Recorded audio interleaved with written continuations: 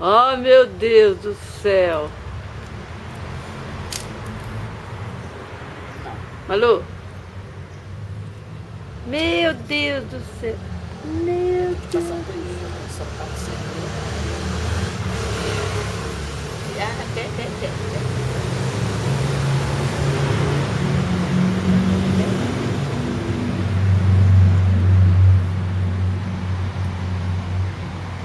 Ah, que sapato bonito. Que lindo esse sapato com lacinho. Ela não quer pôr agora, acho que ela gostou de ficar. Viu, mas tem que pôr o sapatinho, senão suja o pé.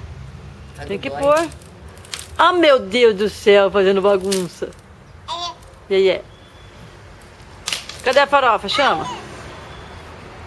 Chama a farofa, chama. A mãozinha. Farofinha, vem cá, vem depressa. Ela chacoalha pra ver se tem suquinho ainda. Tem ainda? Será que é no último? Tem. É no último, né?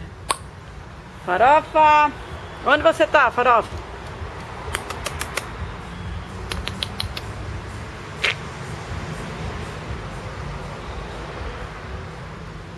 Isso que é complicado.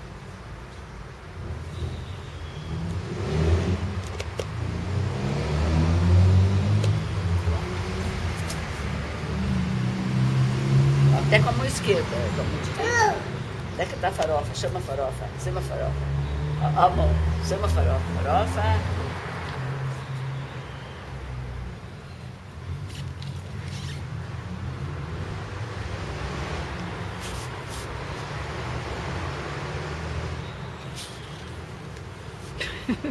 Apoio o bundão. Também, ela primeiro pôs o suco, aí ela quer tudo, ó. Ixi.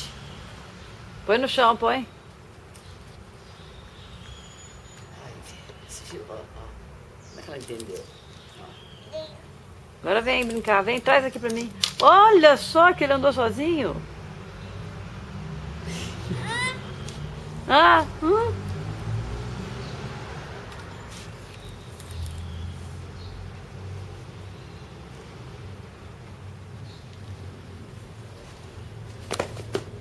Eu vou pegar.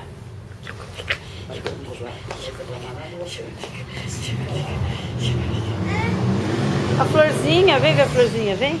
Vem ver a florzinha. Vem. Cadê a florzinha? Escuta, você não quer me entregar um pouco das coisas, não? Eu seguro esse pra você. Então tá, ué. Aqui, ó. Assim, ó. Acho que ela quer entrar. O que aconteceu? Tá dando faniquito? Onde você quer ir? Onde? Onde você quer ir? Conta pra mim. Onde você quer ir? Nesse bico. É?